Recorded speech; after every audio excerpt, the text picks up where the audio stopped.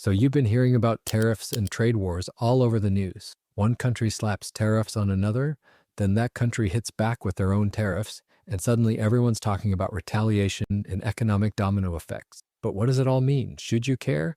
Does it affect your wallet? And most importantly, who actually wins in a tariff war?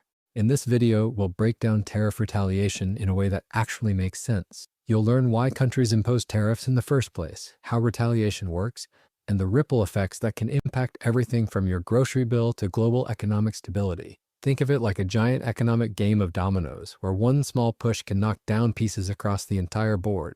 Let's get started. Section 1. What are tariffs and why do countries use them? Before we dive into retaliation, let's understand what a tariff actually is. Simply put, a tariff is a tax on imported goods. When country A puts a tariff on products coming from country B, it means those products become more expensive in country A's market. But why would a country want to make things more expensive for its own citizens? Well, there are three main reasons: protection, revenue, and politics. The first reason is protection. Governments often want to protect their local industries from foreign competition. Imagine you're a U.S. steel manufacturer competing against Chinese steel that's much cheaper. You might struggle to stay in business, so the U.S. government could put a tariff on Chinese steel, making it more expensive and giving you a fighting chance. This is the protection argument. For example, in 2018, the U.S. imposed a 25% tariff on steel imports, claiming it was necessary to protect the American steel industry. The idea was that by making foreign steel more expensive, American steel companies could compete better and maintain jobs. The second reason is revenue. Throughout history, especially before income taxes were common, tariffs were a major source of government income. Even today, some developing countries rely heavily on tariff revenue to fund their governments. And the third reason is politics. Let's be honest, tariffs can be a powerful political tool. When a government says, we're putting tariffs on foreign goods to protect American jobs, it sounds patriotic and can win votes, regardless of whether economists think it's a good idea. So those are the main reasons countries use tariffs. But here's the thing, when one country imposes tariffs, others often respond with their own. And that's where retaliation comes in, which leads us to the next section. How does tariff retaliation work? Section 2. How does tariff retaliation work? When country A puts tariffs on country B's products, country B doesn't just sit there and take it. They usually strike back with their own tariffs. This back and forth is what we call tariff retaliation, and it often leads to what economists call a trade war.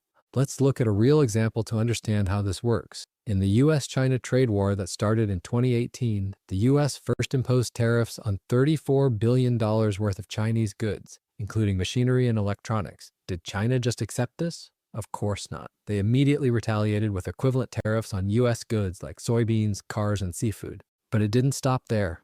The U.S. then expanded tariffs to cover $200 billion more Chinese products. China responded with tariffs on another $60 billion of U.S. goods. And the cycle continued, with each round of tariffs triggering a new round of retaliation. This tit-for-tat retaliation isn't random. Countries strategically choose which products to target based on three main factors: economic impact, political pressure, and symbolism. First, economic impact. Countries target industries that will cause the most economic pain. For example, when China retaliated against the U.S., they targeted soybeans because the U.S. exported about $12 billion worth of soybeans to China annually. This directly hit U.S. farmers, many of whom were already struggling. Second, political pressure. Countries often target products from politically important regions. For instance, the European Union's retaliation against U.S. tariffs in 2018 targeted products like bourbon whiskey, made in Kentucky, then Senate Majority Leader Mitch McConnell's home state, and Harley-Davidson motorcycle, made in Wisconsin, then Speaker Paul Ryan's home state. The goal? Create pressure from influential politicians. And third, symbolism. Sometimes countries target culturally significant products to make a statement. When the EU was planning retaliation against the US, they included Levi's jeans and Harley-Davidson motorcycles, iconic American brands. The message was clear: we're hitting back at American identity itself. So that's how tariff retaliation works. It's calculated, strategic, and often escalates quickly. But now you might be wondering, what happens next? What are the actual effects of all these retaliatory tariffs? Let's find out in the next section. Section 3, the domino effect. How tariff retaliation spreads through the economy. Remember those domino chains you built as a kid? Knock over one piece and the whole line falls. Tariff retaliation works the same way, creating ripple effects that spread far beyond the targeted industries. Let's follow the dominoes and see what happens. The first domino is price increases. When tariffs are imposed, imported goods become more expensive. A 25% tariff on Chinese electronics doesn't just disappear. Companies usually pass that cost on to consumers. So that new smartphone you want, it might cost $125 more instead of $100 if there's a 25% tariff. These price increases affect not just final products, but also parts and raw materials, creating a ripple effect throughout the supply chain. For example, when the US imposed steel tariffs, it didn't just affect companies importing steel, it affected every company that uses steel to make products. From car manufacturers to construction companies, businesses faced higher costs, which they often passed on to consumers. That's why economists estimate that the 2018 to 2019 tariffs cost the average American household about $831 per year. The second domino is job shifts. Supporters of tariffs often claim they save jobs in protected industries, and sometimes they do. U.S. steel companies added some jobs after the 2018 tariffs. But here's the catch. For every job potentially saved in the protected industry, many more may be lost in industries that use those now more expensive imports. Let's look at the numbers. The U.S. steel industry employs about 140,000 people, while industries that use steel, like auto manufacturing and construction, employ over 6.5 million. So when steel prices increase due to tariffs, those 6.5 million jobs were put at risk to potentially benefit 140,000. That's not a great trade-off. The third domino is market access loss. When country B retaliates against country A's tariffs, country A's exporters suddenly face barriers to selling their products abroad. U.S. soybean farmers lost billions when China imposed retaliatory tariffs, forcing the U.S. government to provide $28 billion in aid to affected farmers. Similarly, when the EU placed tariffs on Harley-Davidson motorcycles, the company shifted some production overseas to avoid the tariffs, potentially costing American jobs. The fourth domino is global supply chain disruption. Modern manufacturing relies on complex global supply chains, with parts crossing multiple borders before becoming finished products. Tariffs throw a wrench into this system. Companies must either pay higher costs or completely restructure their supply chains, which is expensive and time-consuming. Take Apple, for example. Their products contain components from dozens of countries. When the U.S. imposed tariffs on Chinese goods, Apple had to consider moving some production out of China, a massive undertaking that would cost billions and take years to implement. The fifth and final domino is economic uncertainty. Trade wars create unpredictability, and businesses hate unpredictability. When companies don't know what tariffs might come next, they delay investments, hold off on hiring, and take fewer risks. This dampens economic growth for everyone. During the height of the U.S.-China trade war, global stock markets fluctuated wildly with each new tariff announcement. Business confidence dropped, and the International Monetary Fund lowered global growth projections, citing trade tensions as a major risk. So that's the domino effect of tariff retaliation, price increases, job shifts, market access loss, supply chain disruption, and economic uncertainty. One small tariff can set off a chain reaction that affects the entire global economy. But now you might be wondering, who actually wins in a trade war? Let's find out in the next section. Section 4. Winners and losers in a tariff war. Whenever there's an economic policy change, there are winners and losers. Tariff wars are no exception. Let's break down who benefits and who gets hurt when countries engage in tariff retaliation. First, let's look at the potential winners. The most obvious beneficiaries are the protected industries. U.S. steel and aluminum producers initially saw higher profits and added some jobs after the 2018 tariffs because they could charge higher prices without foreign competition undercutting them. Some companies even reopened shuttered plants. If you owned stock in these companies or worked in these industries, you might have benefited in the short term. Another potential winner is the government itself. Tariffs generate revenue after all. The U.S. Treasury collected about $79 billion in tariff revenue in 2019, up from $41 billion in 2017 before the trade war. That's almost double. Sometimes third country producers can also win. When the U.S. and China impose tariffs on each other, countries like Vietnam and Mexico can step in to fill the gap. Vietnam's exports to the U.S. jumped by 40% during the U.S.-China trade war as companies sought alternatives to Chinese suppliers. But now let's look at the losers, and unfortunately, this list is usually longer. Consumers are the most obvious losers. A study by the Federal Reserve found that U.S. tariffs were passed almost entirely to U.S. consumers in the form of higher prices. Remember that $831 per household I mentioned earlier? That's the equivalent of a stealth tax on American families. Downstream industries also lose. Companies that use the tariff goods as inputs face higher costs. For example, U.S. auto manufacturers had to pay more for steel, increasing the cost of producing cars. Some companies absorb these costs, hurting their profits, while others pass them on to consumers. Exporters facing retaliation are major losers too. U.S. farmers saw soybean exports to China drop by 75% after Chinese retaliatory tariffs, causing prices to plummet. Some farmers lost their farms, while others required government bailouts to survive.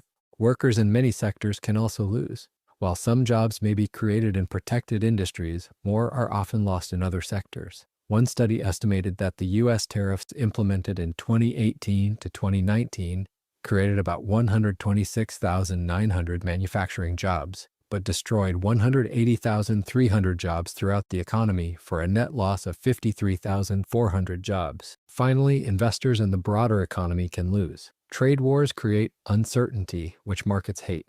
The U.S. stock market dropped significantly several times during the trade war as tensions escalated. The IMF estimated that the U.S.-China trade war would reduce global GDP by 0.8% in 2020, translating to about $700 billion in lost economic output worldwide. So that's the scorecard for tariff wars. While there are some winners, the economic consensus is that trade wars generally create more losers than winners and reduce overall economic welfare. It's like a game where both sides end up with fewer points than when they started. Now that we understand the effects of tariff retaliation, you might be wondering, is there a better way? Let's explore some alternatives in our final section. Section 5, is there a better way? Alternatives to tariff wars. If tariff wars generally hurt more than they help, are there better options? Most economists think so. Let's explore some alternatives that countries can use to address trade concerns without triggering destructive retaliation cycles. The first alternative is multilateral negotiation. Instead of unilateral tariffs that provoke retaliation, countries can work through organizations like the World Trade Organization, WTO, to resolve disputes. The WTO provides a forum for countries to negotiate trade rules and settle disagreements. While not perfect, this approach has helped reduce average global tariffs from over 40% in the 1940s to less than 5% today. For example, when the U.S. believed China was unfairly subsidizing its solar panel industry, it could have built a coalition of like-minded countries and pursued a WTO case instead of imposing unilateral tariffs that triggered retaliation. The second alternative is targeted responses. Instead of broad tariffs that harm many industries and consumers, countries can use more focused measures to address specific trade concerns. These might include anti-dumping duties, which target specific products being sold below cost, countervailing duties, which offset foreign government subsidies, or safeguard measures, temporary protection for industries facing sudden import surges. These tools are more surgical than blanket tariffs and less likely to provoke wide-ranging retaliation. For instance, if country A believes company X from country B is dumping products below cost, it can impose duties specifically on company X rather than all products from country B. The third alternative is domestic support programs. Instead of trying to block imports, countries can help their domestic industries become more competitive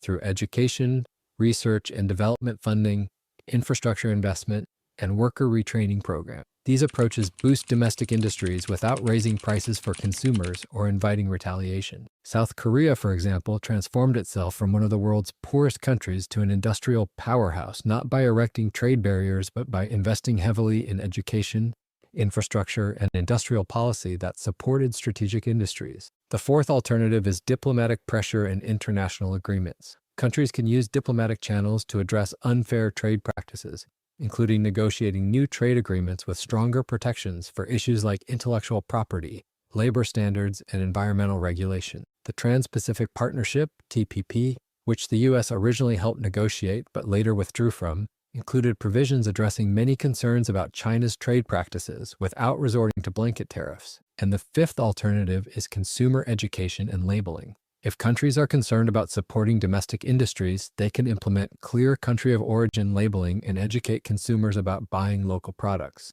This approach lets consumers choose whether to pay more for domestic goods rather than forcing higher prices through tariffs. Many countries have successful buy local campaigns that boost domestic industries through consumer choice rather than government mandate. Think about how many people willingly pay more for products labeled Made in USA or similar designations in other countries. So those are some alternatives to tariff wars. They may not grab headlines like a trade war, but they're generally more effective at addressing legitimate trade concerns without the destructive domino effects we've discussed. Conclusion. In conclusion, tariff retaliation is a high-stakes economic game where the dominoes can fall far beyond the original targeted industries. We've seen how one country's tariffs trigger retaliation from trading partners, setting off a chain reaction that affects prices, jobs, supply chains, and overall economic growth. While tariffs might benefit specific protected industries in the short term, the broader economic impact is usually negative. Consumers pay higher prices, downstream industries face higher costs, exporters lose market access, and the overall economy suffers from uncertainty and inefficiency. Economic history shows us that trade wars are generally lose-lose situations. In the US-China trade war, both economies took hits, global growth slowed, and many innocent bystanders, from farmers to manufacturing workers to everyday consumers, got caught in the crossfire. So next time you hear about new tariffs and retaliation in the news, you'll understand the domino effect that's about to unfold. And maybe you'll recognize that when it comes to international trade, cooperation typically creates more winners than confrontation. If you enjoyed this explanation of tariff retaliation, please like, subscribe, and share this video. And let me know in the comments which economic concept you'd like me to explain next. Thanks for watching Stickonomics 101, where we make economics stick.